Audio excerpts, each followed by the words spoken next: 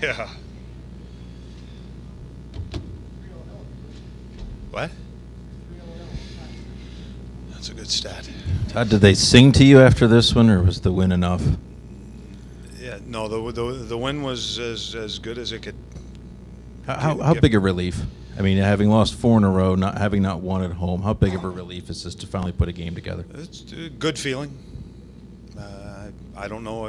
You guys probably talked to the players, so I don't know what the feeling in there was, but I sensed it in the locker room. Obviously, some relief. As the losses start piling up, obviously the pressure starts to amp up as well. And this win, I think, was able to alleviate some of that. And you're able to enjoy it for a day now, but it's now you got to take the next step, and you got to get ready for Tuesday. We got to string some games together here, and we have 4 counting tonight at home, and Tuesday's a big game for us. What can you say about Curtis's performance in a game like this? As long as it's been since he's played in an NHL game, and you've got the losing streak and all of that kind of stuff, and he has a performance like that. How can you kind of put that in perspective? He was great. I don't know if Aaron, if you asked me the question about my concerns or were there any concerns with Curtis going in, and or somebody asked me this morning, and really I didn't have any. In talking with Ian Clark had said that his practices were very good, and he was doing all the things that he needed to do to get his game sharp. He had a good training camp, and he's been through it. He's a pro. So I really didn't have any concerns. And, sometimes when goalies in these situations occur, it's something for teams to rally around, too. And, I think having Nick Foligno back in the locker room was another real positive thing for our team, and Curtis starting in goal. R.J. Umberger had not scored until tonight. This sort of goes along with the team, but to get him on the score sheet and get him engaged offensively to finally finish a scoring chance, he's had a lot of them. How big does that to have some secondary scoring, perhaps? It was big for, obviously, our team, the timing of the goal, and it looked like he shed some pounds when the puck went into the net. It was good for him. These guys take a lot of pride in their game. They take a lot of pride in, making a difference for the team. And when things aren't going well, the frustration starts to creep in, and guys take it personally. And I know he was taking it personally. And you wanna help the team. And what a great time for him to be able to do that. RJ said that part of the reason might have been for the 4-game losing streak going into tonight, that they got away from the way they played last year as far as looking at each game as the most important game. He says they think they got back to that tonight. Is that what you're thinking too? To me, we got the ship headed in the right direction again. I still felt going through the game tonight that there was another level that we need to get to, that we can get to. But this was a huge improvement from last night. And as a coach, you're looking for things, certain situations, and see how your team's going to respond. And I think coming off of last night's game, that was one of my questions coming in, is what are we going to get today? Because when you go back and you watch the third period, there was I think a lot of reasons to be disappointed, but real happy with the way that the team responded. And it wasn't a great first period, but I still didn't mind it. I know we only had 2 shots on goal, and the fans were cheering us when we got the third, and to start the second period. But I didn't mind the way we played. We were playing hard. We were battling, and credit to Vancouver and how they play. They're a good hockey team, and they come at you pretty hard.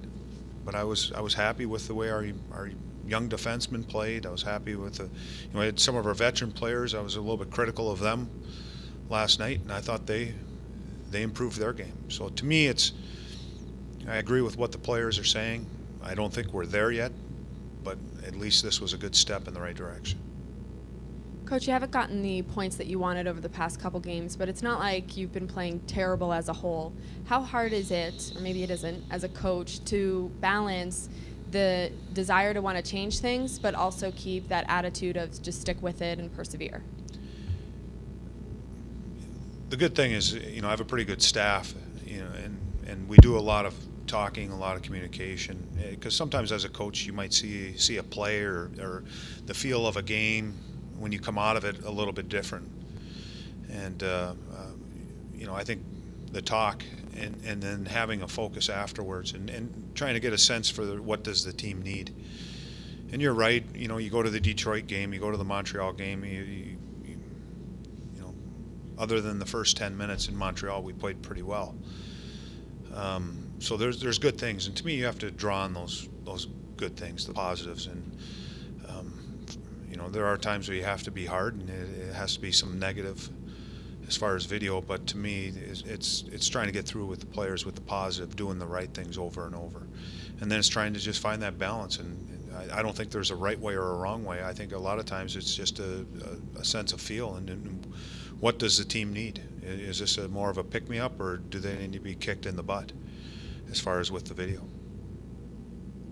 Is there a relief to have to get out of that? I mean, when you get the 3 or 4 games in a row, and you didn't play very well last night, and I mean, these things can kind of build on themselves or whatever. Is there just kind of a relief to play well and win a game and kind of break out of that? Yeah, there's definitely that. And I think, history also plays a part of it too.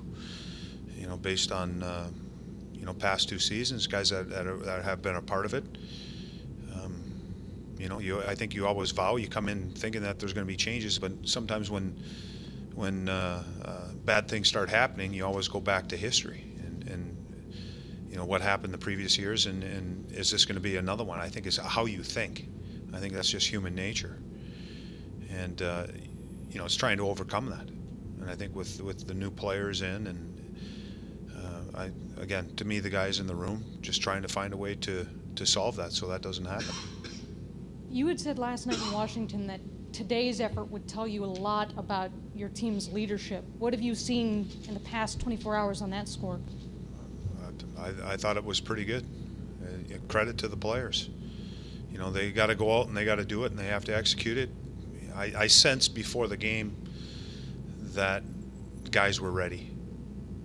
The music was off, and you could hear the banter back and forth, or the talk, and getting themselves ready. And not that always means you're going to come out and get what you're desiring, but I felt we were ready, and it's a credit to them, the players, because it's not easy to turn around. Vancouver was here early. I'm sure they were here in time to watch our game last night. So we got in late, and and then you got to get ready for a 6 o'clock game. So it wasn't easy, but the players did a lot of really good things today. Do you feel like it's still early enough in the season to avoid that so-called slow start? And if so, how much can a game like tonight go toward that goal? It was a positive step. Hopefully we can gain some momentum, a lot of positive things out of it. As far as a slow start, how many games determine a start? Are we still starting, or are we out of the start? I don't know. So it's you just don't know. For 20, 25 games we could be starting. So it's it's tough to say. Hopefully we've gotten past that, that point of questions and what are we doing, and we're past that. We should be about now, since we're a month into it. Thanks.